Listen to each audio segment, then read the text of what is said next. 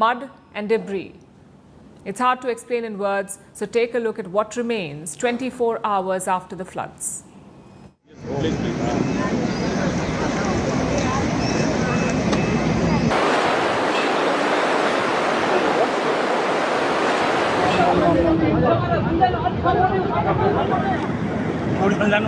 Wow. That's what rescuers are fighting in Nepal. Tough terrain and time.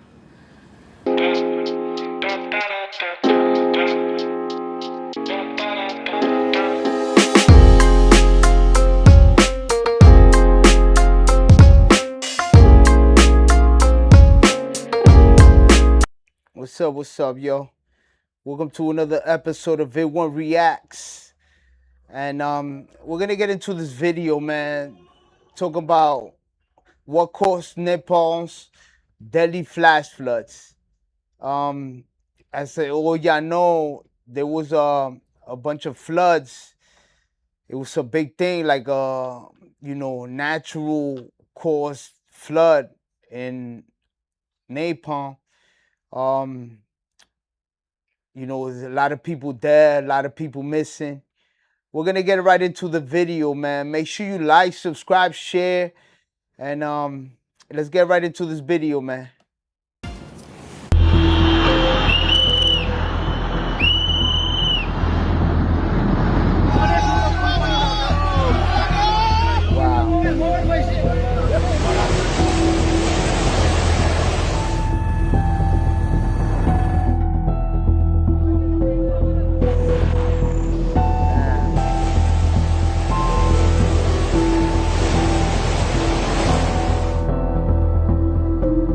So as y'all see, I mean, most of the houses were under the it was like type clay. It wasn't infrastructure that's strong. It wasn't rocks. You understand, like real rocks.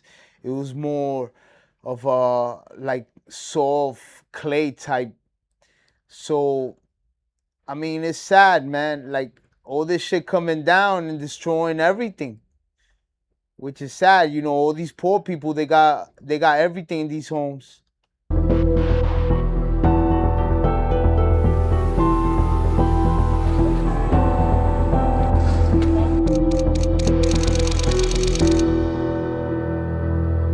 Wow.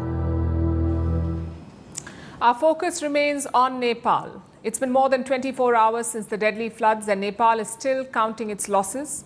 What lies ahead is not just a daunting rescue mission, it's also the fear of more floods. Every hour, more updates are coming in and more people are missing. Okay, so that's what they're saying, like,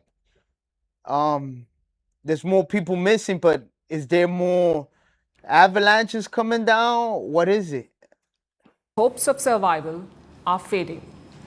We'll look at the latest situation on the ground and also what caused this tragedy in the first place. Right now, it's all about rescue work. Nepal has deployed more than 7,000 personnel on the ground. This includes police, military and paramilitary. Wow. Their job is to comb through the debris to find survivors from the mud. At last count, more than 350 people have been confirmed dead. Most of these are in Nepal. Damn, that's crazy, bro. On the other side, in Tibet, only 3 deaths have been reported, but chances are China is hiding the real figures. There are close to 900 people missing in Nepal. Out of these, 500 are foreign citizens missing. Plus more than 400 are missing in Tibet. So put together, close to 1,500 people are yet to be found. That's sad, bro. I mean, imagine you living in your crib and all of a sudden there's an avalanche and it's just breaking everything and taking over and breaking all the infrastructures near your building, and then your shit falls down. Man, that's scary, bro, actually. And we're talking about a tough terrain. There are slopes, mud and debris. It's hard to explain in words, so take a look at what remains 24 hours after the floods.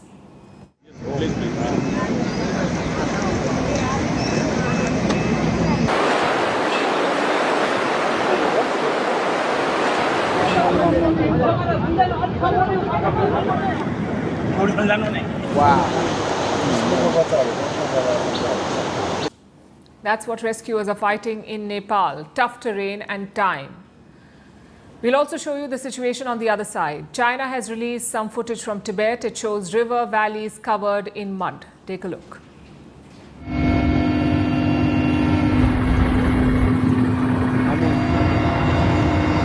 Wow. Look on the other side. You can't tell me a lot of people didn't get flooded down there, because that looks like some place people will live.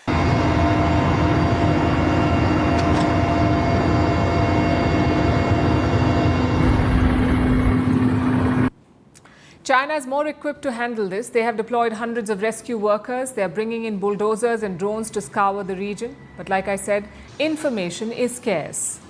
There is one concrete indicator though. The top Chinese leadership is personally involved in this campaign.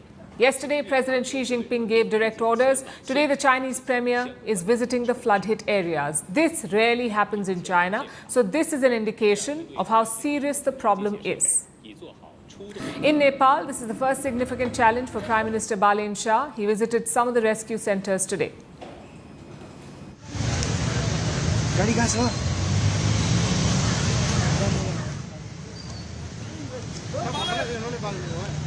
So he's the prime minister.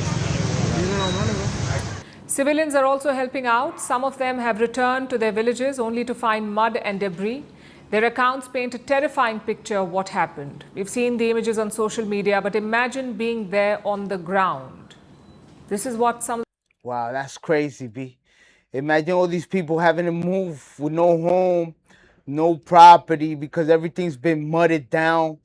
And I mean, once the mud dries, what happens? You're fucked. Damn, that's crazy, bro. The survivors have to say.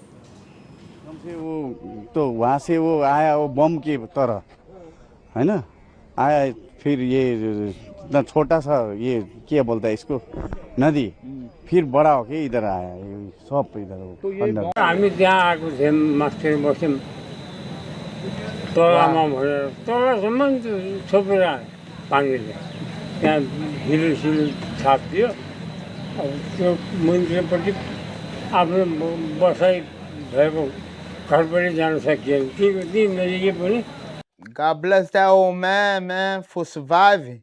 I mean, come on. जान सकिएन 8-10वटा truck बगाएको घर बगाएको मान्छे बगाएको मैले देखेँ हृदय विदारक घटनाहरू माथिबाट पनि ट्रकहरू बगाएर ल्याएको देखेँ त्यति ठुलो क्षति मैले देखेँ आजसम्म मैले देखेको थिएन 18 वर्ष भयो तर 18 वर्ष पहिलोचोटि मैले यस्तो घटना देखेको The horror is not... The guy said he saw trucks tumbling, coming down. That's crazy. over for these people. Many of their family members are still missing. So what comes next is a traumatic wait. Many of the survivors are being housed in temporary shelters. They're desperate for any information about their loved ones. बाढ़ आया हुआ है वहाँ पे मेरा बेटा फंसा हुआ है वो एक चालक है वो वहाँ पे भूसा से 3 किलोमीटर और आने के वो खबर मिल रहा था वो 8:30 बजे तक तो बात हुआ था उसके बाद बात नहीं हुआ उसके बाद अभी तक उसका कोई खबर नहीं आया है कहाँ कैसे है कोई पता नहीं चल रहा है 7 बजेर 30 मिनटमा बच्चाहरूलाई ओखर पठाइदिए 2 किलो चकलेट 2 किलो पठाइदिए मेरो श्रीमान सही सलामत ल्याइदियोस् भन्ने राम्रोसँग ल्याइदियोस् राम्रो होस् भन्ने मात्रै चाहन्छु मलाई अरु केही पनि छैन Damn, bro. She said the last time I spoke to him was 7:30 and he was going to bring some chocolates and walnuts. And now all I want is him back. That's crazy, bro. मेरो brother राम्रो होस् मात्रै चाहन्छु A lot of help is being sent to Nepal. India has taken the lead in this campaign. 2 aid shipments have been airlifted so far. The first flew out yesterday, more than 10 tons of relief materials. A second flight departed this morning. It was carrying more than 37 tons of aid. More than 280 Indians are still missing in Nepal. 21 of them were rescued today. All of them are from Tamil Nadu. The Ministry of External Affairs has set up a special control room. We'll flash all the numbers on your screen. Please note them down if required. a trekking capital in recent years. So people from the United States, the UK and Australia are also missing. All these countries are stepping up to help. The US has announced $500,000 in aid. The UK has promised $6.7 million. And South Korea has sent a team of rescue personnel. In the past, Nepal has been there for Britain in our hour of need, and we will be there for Nepal in its hour of need right now. People would have seen some of the footage, which is a truly horrific event. At this point, Nepal, is a developing country. It doesn't have the resources that an event like that would have in Australia. So information is difficult. Now, our thought. See, for stuff like this, I don't mind spending resources and stuff because, it's helping humanity, It's helping humanity and bringing people together. And even though it's tragedy, we can make it something worth the while where we can actually help Nepal create something better with better infrastructures and stuff like that. You understand what I'm saying? Like, let us civilize to even better, more, a stronger community, stronger country, Thoughts are with all those who'll be concerned about their loved ones today. I'm pretty sure all these countries could come together and help build Nepal back.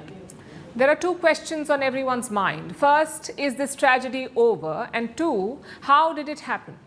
Unfortunately, the tragedy may not be over. The floods have brought a lot of debris into the river system, and this could block the flow of water, sort of like a debris dam. Experts are looking at the Trishuli River. They fear that some of its narrow tributaries may be blocked. And if that happens, it poses a huge risk. Look at that. Because at some point, that debris dam may break, meaning another round of flooding. Wow. Let's hope it does not happen. Now to the second question, what caused this tragedy? To understand this, we are trying out something new. We'll analyze open source information, things like satellite pictures and government reports, things that are available for everyone to see. Yeah, hence the term open source. We'll use this information to figure out what happened. Early on Wednesday, all fingers pointed to an earthquake. This was confirmed by the USGS, that's the United States Geological Survey. They track seismic activity across the world. On Wednesday morning, they reported an earthquake here, somewhere in the Lamtang Valley. The USGS recorded it as magnitude 4.4. Even the Nepal government bought it. They said an earthquake likely caused the landslide and floods. But a few hours later, the story changed. The USGS updated their assessment. Look at what they said. Additional analysis of long-period seismic waves indicate that the seismic energy was instead generated by a glacial collapse and debris flow. Let me break it down for you. There was no earthquake at all. The USGS did register some seismic activity, but that was generated by a massive glacier collapse. And it was not magnitude 4.4, it was magnitude 5.2. Just imagine the impact. Oh, wow, glacier collapse. So, wow. 5.2 magnitude is considered a moderate earthquake. That's how much seismic energy this incident generated. So the USGS ruled out earthquakes. They also pointed us towards glacial collapse. It's exactly what it sounds like. A glacier is basically a frozen lake. Sometimes parts of it can break off and fall. And when they do, they slam into the ground with a lot of force. Is that what happened here? Let's look at the satellite pictures. I want you to focus on this glacier on top of a mountain. This one. This was before yesterday's floods. Everything seems normal. This is a glacier. Now look at the same mountain after the floods. Do you notice something different? Yeah, that whole It's like something was shaved off.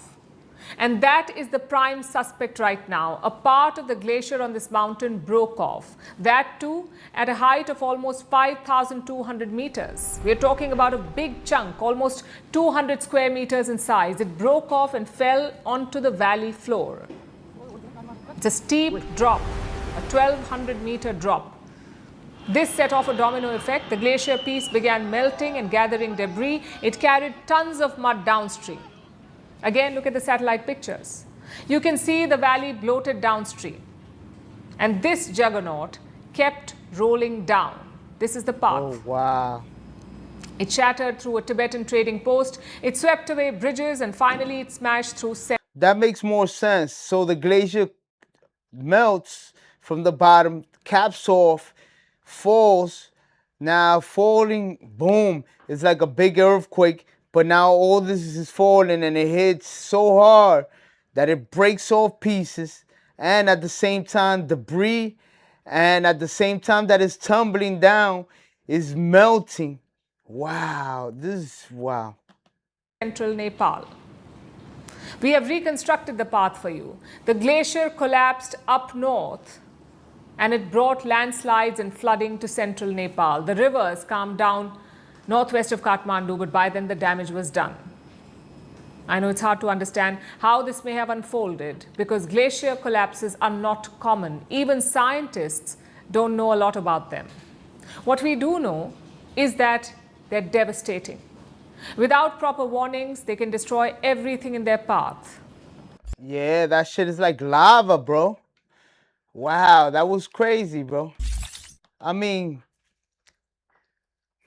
God bless, all those people that were hurt. Hopefully they find even more people and everybody else is safe. No more casualties. Hopefully all these nations come together and help Nepal fix the infrastructure and recuperate, man. I mean, what can I say, man? Make sure you share this video to someone so they could maybe endorse or donate or something if they can, if they're in the power to. Make sure you like, subscribe, share this video. Let me know what you think in the comments. What do you think about these glaciers? And could there be some way to avoid, this ever happening again? And if you do believe there is, let me know in the comments too. I answer my comments right away. Make sure you like, subscribe, share. And until next time, man, it's your boy Vid, man. Peace.